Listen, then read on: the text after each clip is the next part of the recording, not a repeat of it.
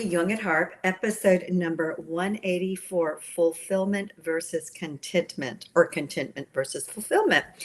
I'm Kathleen Wiley, a Jungian Psychoanalyst, and I am here with Deborah Henson-Conant, a composer, a mentor, a creative. We both play the harp, and that's why we call this Young at Harp.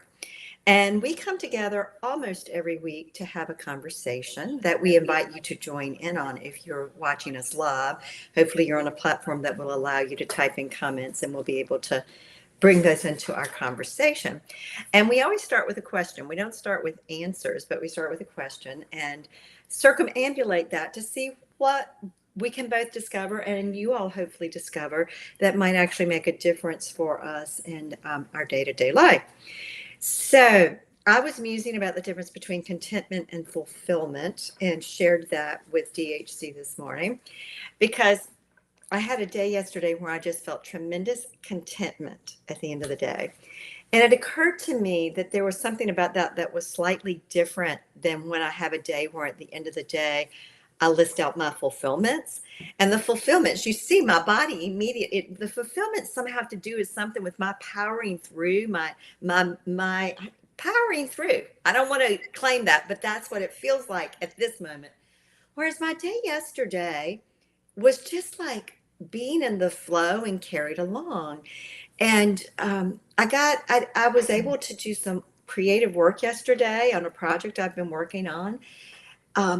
And I made progress. I mean, there was definitely accomplishment, but there's something about the contentment that just feels different to me. So I'm curious about that. I'm also curious about that with the harp, because last night, right before bedtime, I walked by my harp in the great room, and I just stopped, and standing in front of the harp, I just played 2 or 3 patterns on the harp. And I think I was in F. And it was just so satisfying. Now there was a fulfillment, but that fulfillment, it was like being nurtured. It was like having a good meal, and being fed, but it didn't require me to cook it or prep it or decide what to have. It was just there for me. So I'm curious about this difference and what it might have to say to me about my daily life and my relationship with my heart. Wow. The biggest thing that comes out of that for me, and I hope you can hear me. I think you can. Yeah. The biggest thing that comes out of that was the harp, meaning that there is contentment, there is fulfillment, there is accomplishment, but then you actually have something. There is a something with which you can feel contentment and fulfillment. Mm-hmm. I mean, I hadn't thought about that at all when we started talking about this, but as you were speaking, I was thinking, wait a minute, what if that harp wasn't there? Would you have had that experience with something else? And one of the reasons I'm saying this is because I was talking to a girlfriend who's a musical theater person, and she was coming up with this character. And as soon as she came up with a character, I was like, "Oh my God, that's a one-woman show! Let's make it." And then I was like, "Oh my God, this character should play the harp. I could teach you how to do that." And she was like, "You could?" And I was like, "Yes, because if you." And she particularly wants to do this in hospitals, and so it's not like she wants to walk onto the Carnegie Hall and say, "Hey, everyone, look at how great I'm playing." Not at all. It's all about the connection that she wants to make with the story and the character that she has. And when she described that story and that character that she already has, I thought harp is the perfect instrument, but only because she does not care about being a harpist. And therefore, she can be completely content, completely fulfilled, and completely accomplished with the simplest of tools. And so part of this, and by the way, if when you're listening to this, anyone in the New York City area, she's up in Harlem, if you have a harp, a small harp, because she just really wants like a lap harp, I'd like it to be levers. I would love to have her borrow a harp to try this out, because I so believe that it is possible for people who don't have to prove themselves with the harp to have complete fulfillment and contentment learning just 3 chords. And I say this because it's the moment of my life when I remember, well, I mean, remember many moments, but this, for the first one, was when I was 7. I mean, I remember other things before that, but this moment when I shifted between contentment to hear other people play music and me sing with them, something shifted, and I was, no, I want to play. So first of all, there was that first moment of I want to play, and my mother said, "Okay, here's the 3 chords," as if, and she was like, "It's this and like this, and you do this." And the minute I got it, the minute I got that it was about a shape in your hand, it was about, I already kind of got the idea that you're going to do this with the other hand, but it was a shape and it was relationship to the instrument. The minute I got that, I felt, I really was like, great, got it. I got it. Okay, got it. Now here I go. I felt there I had everything. It was kind of like, oh, that's how life works. Great. Here I go. Don't need anything else. And I didn't need anything else until I was 10 when I wanted to learn something else. But in that time, I just completely enjoyed what?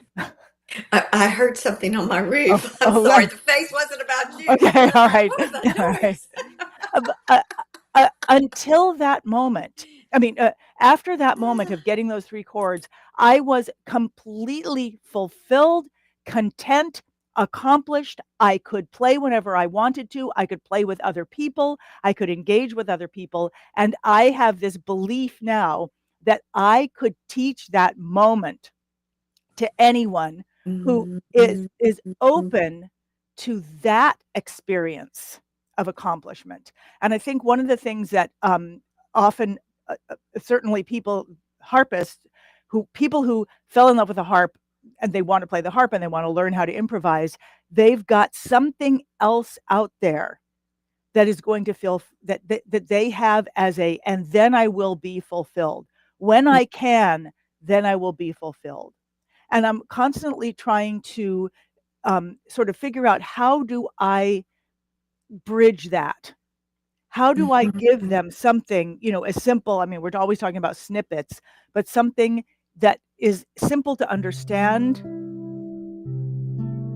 that to me, as a composer and a singer, that would be plenty for a whole song. I want to go out in the morning sun. I want to come in when the sun is dark. I want to dum da da da dum da da da dee da dum dum. Like I could go on like this for a long, long time. And then I could start once again. Or I could put it up a little octave. I mean, so to me, to be able to give people something that gives them that experience that I had as a child. Oh, that's the door. Oh, that's how you get in. Oh, you just got everything. It's not like, well, you learn this note and then you're going to have to do this and this and then this and then this and then there's this big thing and you'll never be good enough. Ever. Because I feel like that's how most people come in, and that's how I come into the things I struggle with. I was struck by that you said when you learned those 3 chords on the ukulele, I had all I needed and I was ready for life. I had all I needed for life. And, I think that is a difference for me between the sense of contentment and fulfillment. Fulfillment often feels to me like, okay, I managed to get this thing done from the list of 10. Contentment is, I did all I needed to do. I mean, in fact, one of the reasons I had such contentment yesterday is I ended up with a free unscheduled day because I made a last minute change in some travel plans. And so I didn't have an agenda for the day. which means I didn't have a schedule. I didn't have set appointments. And so I was able to move through the day organically and move through the day really in sync with where my energy was. And it wasn't like I was looking at the to-do list with 10 things that all need to be done and which one do I do first. And I'm just aware as we're talking about how often my fulfillments are, oh, I've got those 3 things off the list of 10 done. And what a difference. And my heart the last month or two particularly, although this has always been a part of my own heart playing, but particularly the last couple of months, I just decided I'm not practicing. I'm going to play for my own rejuvenation. I'm not going to practice, but I'm going to play for my own rejuvenation. So I'm playing, and interestingly enough, I'm playing more because I'll there's, rest my case here, but yeah, anyway, go ahead. I'm playing more. And, so there's something about that. I don't know that maybe this isn't true for everyone, and I'd be very curious. But it's like there's a subtle nuanced difference that I feel in my body when I hear the word fulfillment, accomplishment, and contentment.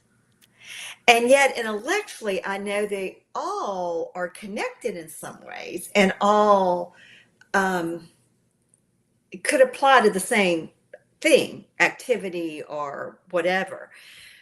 But there's a slightly felt difference in my body in terms of whether or not I, like Mm. am tightening up to move and charge ahead, or I'm just relaxing and trusting the flow of life to carry me. Well, I'd like to point out one thing, which is I believe that you have taken on a practice. Yeah, yeah, And yeah. and as I thought that, and in the academy, we actually have a class once a week called Transformational Practices. And it Mm-hmm. is specifically to just observe when we do take on a practice like you've taken on a practice of just playing without whatever it is that you think practicing is. Right. And then we share what comes out of that, what Mm-hmm. that we never expected, or because if you take on a practice like that, if there's no specific end result, you don't know what the end result is. You really can't. So that's one thing I hear, that you've taken on a practice, and I do find, and then I thought, where did it change? And what is it that makes her think she's not practicing, when in fact I believe you're practicing. You're Right. truly practicing. And it occurred to me that you may feel you're not practicing because someone in practicing, someone's telling you what to do and then you're accomplishing it. And it's very interesting to me because I Mm-hmm. think some people come into the academy and I want them to take on a practice of whatever it is, take that simple thing, let it expand, discover from it. But often when we go into something like that, we actually do want someone to say, do this, and then do this, and then do this. And so now I'm building something which can't, I still don't have the name for it. Sometimes we call it base camp, sometimes we call it the tools game, sometimes we call it on ramp, but it is literally a, a, a, a guided practice, or something that Mm-hmm. says start here, go here, go here, go here. And it just occurred to me why people need that. It just occurred to me is because, and I'm putting myself in people that category as well, by following the guidance of someone else, they stop second guessing whether what they're doing is the right thing to do. Mm-hmm. And until they can get to the point, because I noticed that for some reason it is very difficult for people to allow themselves to take on the practice of, hey, just play this and then let it, if you're going like this and this goes up, what happens if it goes up another step? Mm-hmm. That curiosity. Or if it's this shape, what happens if it's this shape?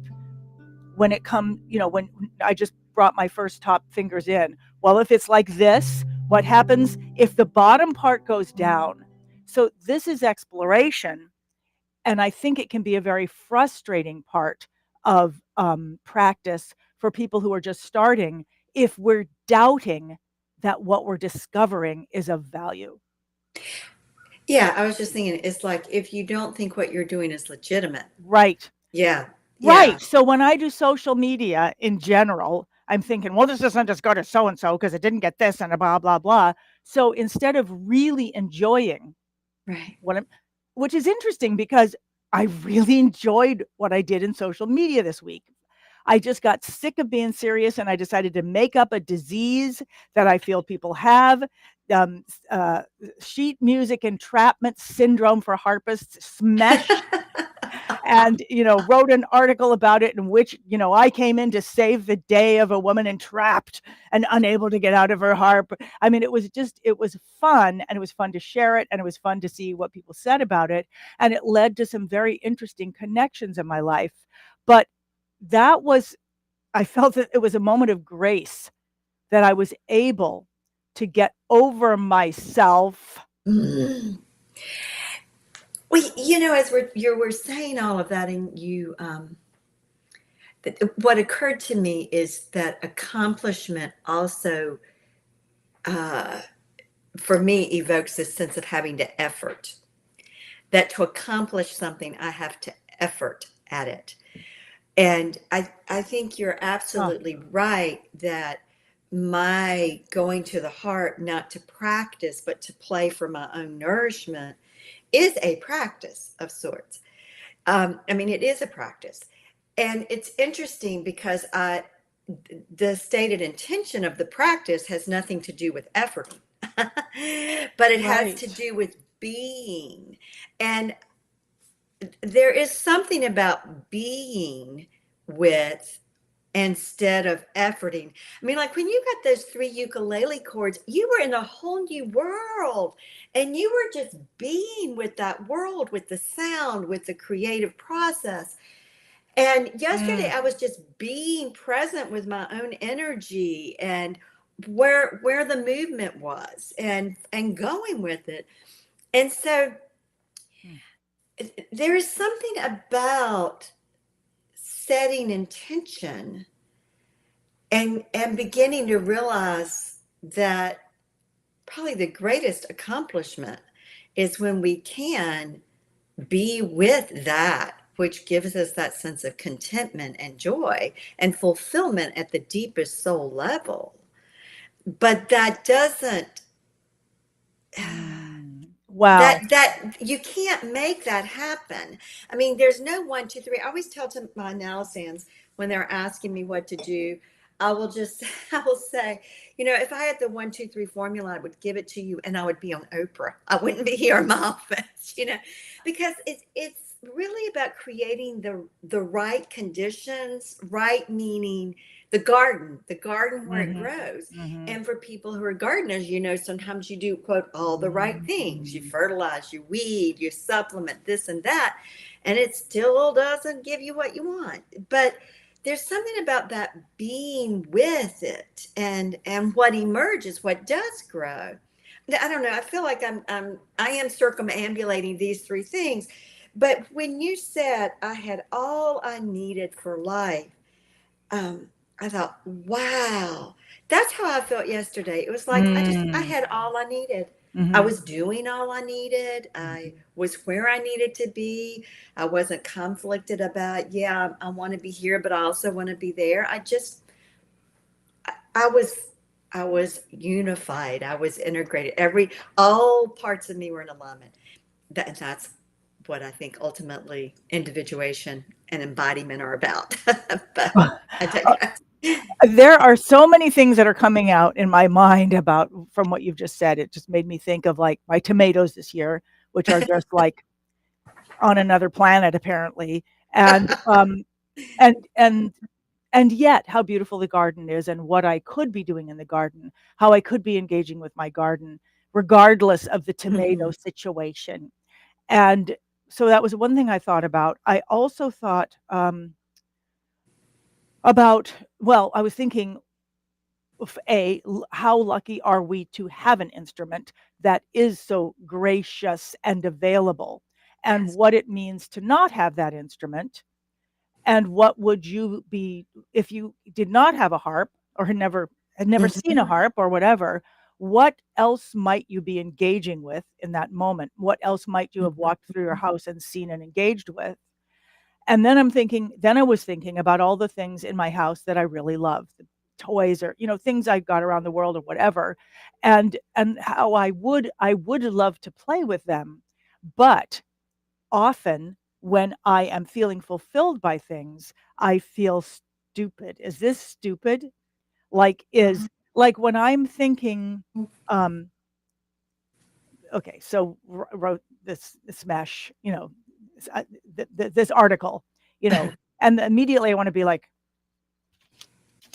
put on a news. I don't know what a news cap looks like, but breaking news today, people. And suddenly discovered this person knows about and oh, I couldn't help blah blah blah blah. I mean, like I think about how fun it would be to do that, and then in the next note, I think, yeah, but yeah, other people are doing that all over this, and it's trending, and they do it so much better than me, and I'd look stupid. I mean, like this thing of like, especially, I'm gonna look stupid. Like I got an idea. Okay, so let me give you a perfect example of this. I think I've talked about this before. I go into the science museum with my boyfriend. I'm like, I don't know, 20 or something like that. And he's a scientist. And we go into the science museum and we see this exhibit. And the exhibit is just a cylinder that goes around and around and around, and big long strips of paper. And people are drawing things on the slip of paper. And then they turn it around and animation happens. They just see it become animated. And I look at it and and I'm like, oh my God, I got an idea. Ooh, I'm going to make a thing where something is going through something. And I have this whole idea what it's going to look like. It's going to be amazing. It looks through it, and it looks like and so I draw the thing. And I'm like, and I put it up, and there's all these little kids standing there, and their parents are behind it. And I put it on, and I'm like, check this out. And I go like this, and here's what appears, dun dun dun, and I I'm just I'm horrified. And the parents are like, how dare you? And the children are like, what's that? I mean, the children are like, hey, that's cool. Things going in and out, whatever.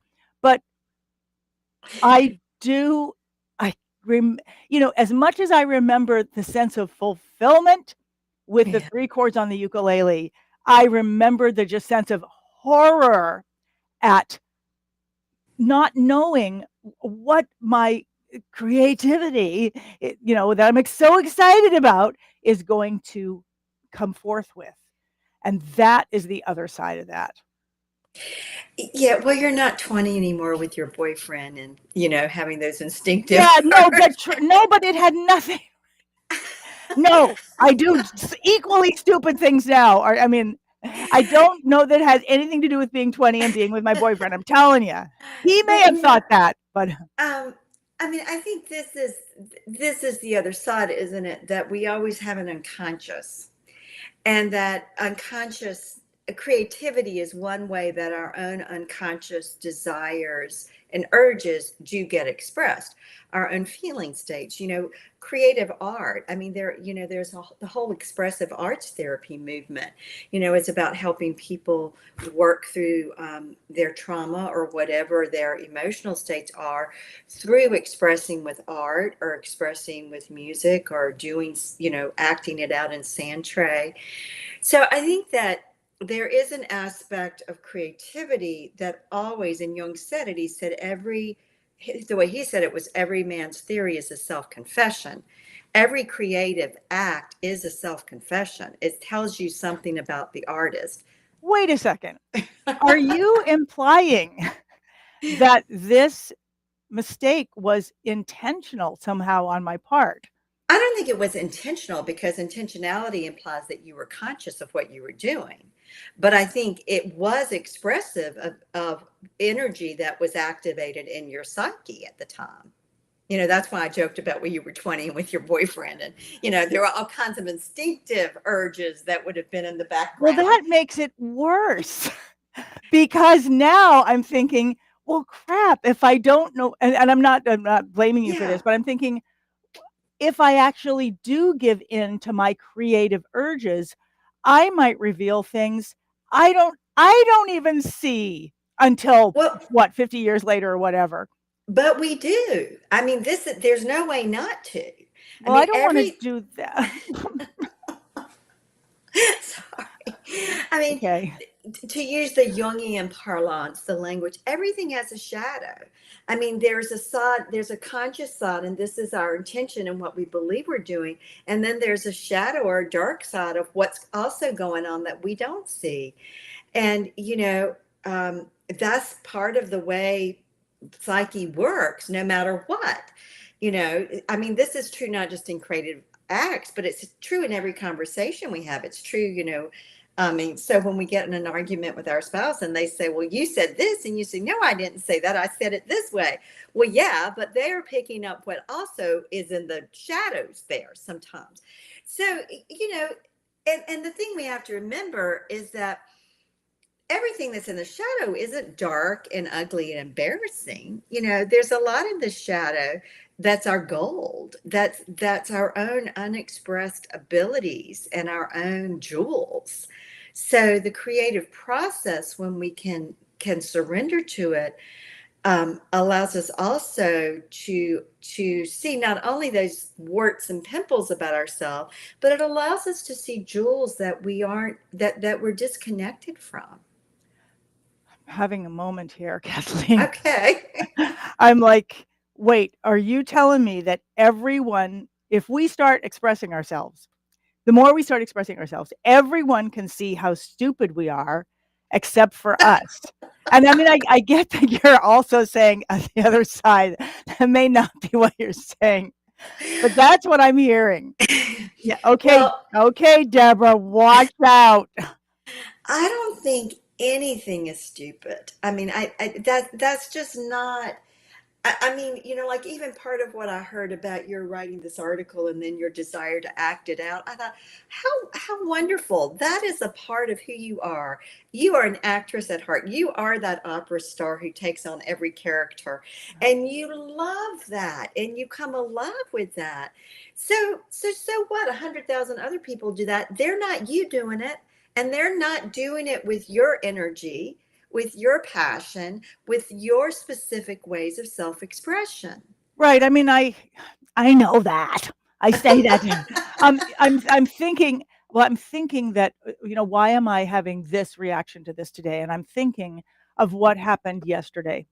And one of the things that happened yesterday is that because of this Smesh article, someone that responded to it was, I just went to her website and I looked at her website. And as I was looking at it, I was like, oh, this is so cool. She does this and she's got this cellist and she's got this singer best friend and she does and she takes chamber music. And then suddenly I was like, oh my God, this person is the person who could answer all these questions that I have about something where I'm stuck. So I'm stuck in one place in my life. I've been Mhm. trying to release some chamber music that I wrote when I was much younger, and I wrote it for my soprano bestie, my aunt, and we premiered in New York and blah blah blah. But there were all kinds of things that I didn't know how to put in the sheet music just because Mhm. they're self-evident to me. Like when the copyist years ago put the sheet music together, he put it all together and he put every question that he had in it. And I counted them yesterday. There are 286 questions that I don't know how to answer. Mhm. And there are things like tempo. What's the tempo here? And is this mezzo forte or is it mezzo piano? There are things I don't know how to answer because they're irrelevant to how I see the music. To me, Mhm. what's the tempo? The tempo is the tempo that needs to happen there, depending on how you just did the thing that happened and how you're going to do the thing that happened next. What is the most effective tempo at that point? I don't know. So for, I don't know, 10 or more years since he finished that part of it, I saw it. I saw all those questions in it and I was just like, forget it. I'm not Mhm. putting that out. So I saw this opening. I saw this person. I was like, my God, she could maybe answer these questions because she comes from the other side of that world. I'm Mhm. writing for people, but she's the people I would be writing for. Maybe she could tell me Mhm. this. So as I thought of this, I took out the piece of music. I listened to it again. I was both moved by it and I was all like deeply moved by the story I was telling and the music I was doing. And at the same time, my other brain was like, I don't know, that one kind of went on too long. How come I did it that way? And And then after looking at those things, I started to feel shame. I started to think, Mhm. well, I think this is meaningful work, and some other people have thought this is meaningful work. I'm imagining that it could be a story that would be valuable for a dramatic soprano to tell, because it is a dramatic story and it lets them really, really act and tell a story. But what if it's stupid? What if it's just the juvenile work of a person who thinks, and I just got all in my head about how much shame I could be opening myself to seeing, this thing. Um, Everyone can see how stupid you are except you. So I see why this is coming up in this conversation today. Very interesting that it's coming up in the question of contentment and Yeah, fulfillment, because listening to this music, there were moments of absolute fulfillment right. because I was able to give a voice to something in a story that did not have that voice before. Yeah. Yeah, I mean, I hear you. And what came into my mind as you were saying that is recently I had learned that there are several great composers who destroyed all of their earlier works at a certain point in their career because they felt that they didn't reflect their mature artist self. So I hear you. You're kind of and that's um But I don't know I, that I do better now. I don't know that my work is more mature than that. and what does really more mature mean, right? I mean, we'd have to go. Well, sometimes more mature means stuff is hidden more. People Yeah, can't see what you're really yeah. doing. Um, I mean, we all, I've been doing, I've been in private practice as a psychotherapist, psychoanalyst now for like, well, 3+ decades. I'll age myself here. Um, and I do believe that the biggest block for all of us in every area of our life is shame, is toxic shame. Right. And, um, I've been having this inner dialogue lately about social media, which, I have a presence, do more on Instagram than anything else, but it's very hit and miss. I'll get energy for it, and for 4 or 6 weeks I'll post Mhm. regularly, and then I stop. And um, and I thought, what's that about? And I think part of it is my own temperament. Is that doesn't Hmm. It's not my own temperament or the way that I move through life. And I thought, would it really make a difference if I had 10,000 followers or 100,000 or I was the influencer? I mean, I thought, would that really change the experience of my life? Would it really change other people's lives? And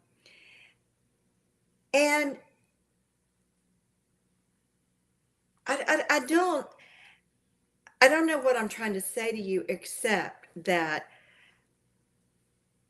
I think part of what I know about myself is that there's a part of me that's very content with the archetype of the hermit healer woman in the woods that the people wander down the gravel path and find, versus being out there promoting myself or having a presence to be found on Google. And Hmm. um, Very it, interesting that you're, the shame tags you're putting on some of these, and I get it. Yeah. Yeah, Okay. yeah. And so, I think part of what we have to do in mediating the shame is step back and say, who am I really? Because the opposite developmentally of shame is autonomy, which means self agency and self mastery.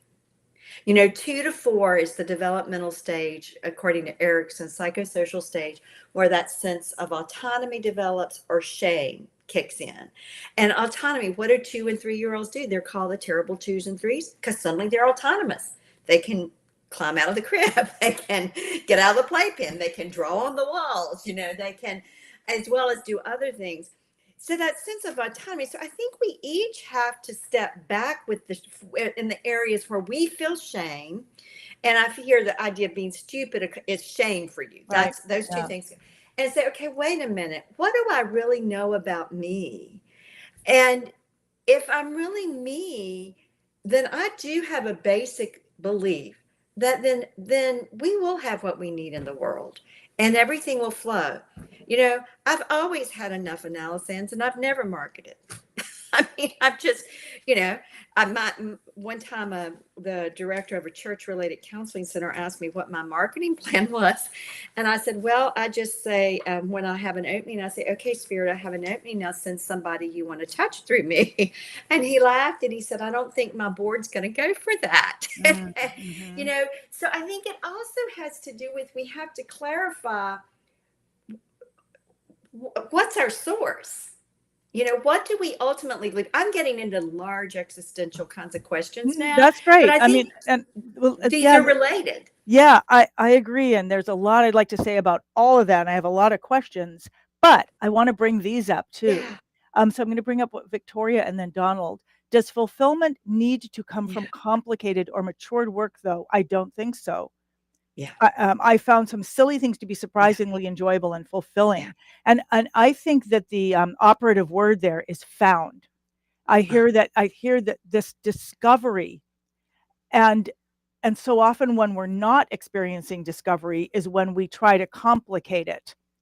Right, And right. yet, so this is, yes, I mean, I do find many silly things to be surprisingly enjoyable and fulfilling.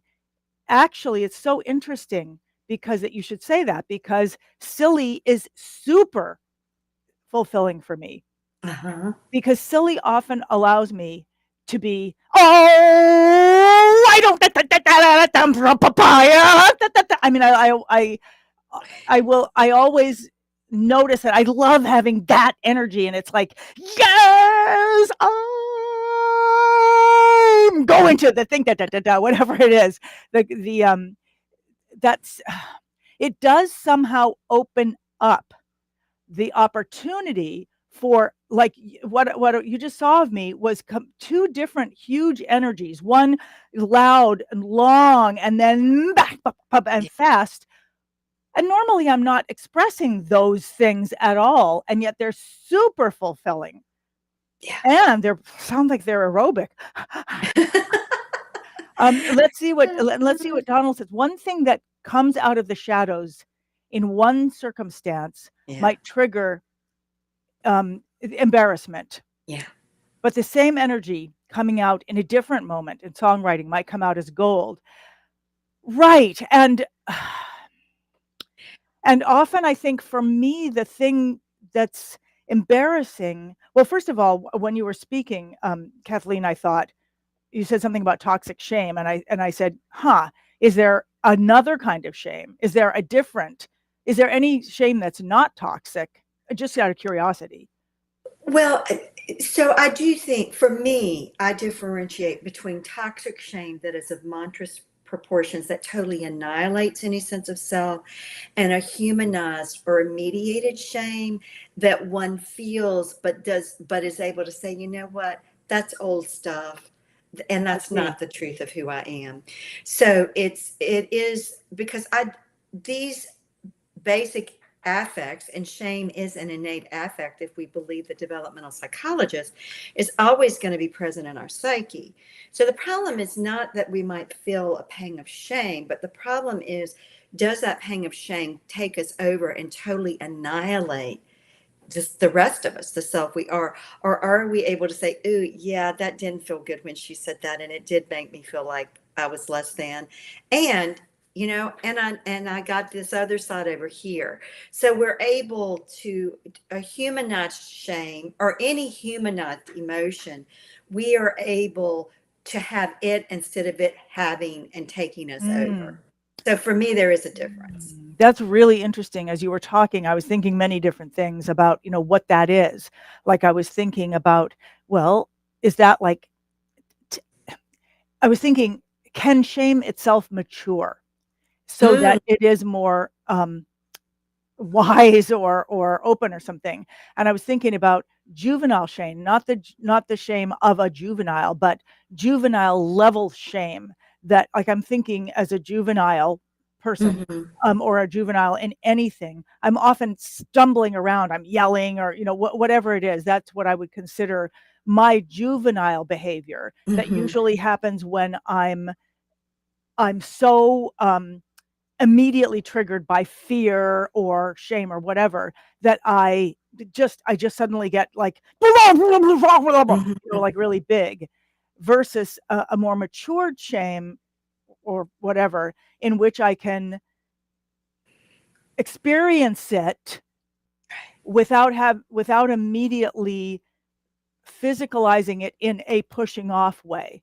and Hmm. then and then ultimately, by feeling it inside, I'm just making this up as I go along here, I'm thinking, by experiencing it inside, I am then able to actually turn it into something that, like art, something that could be experienced by others through my art, rather than something that pushes people away because of the kind of self-expression I'm engaging in.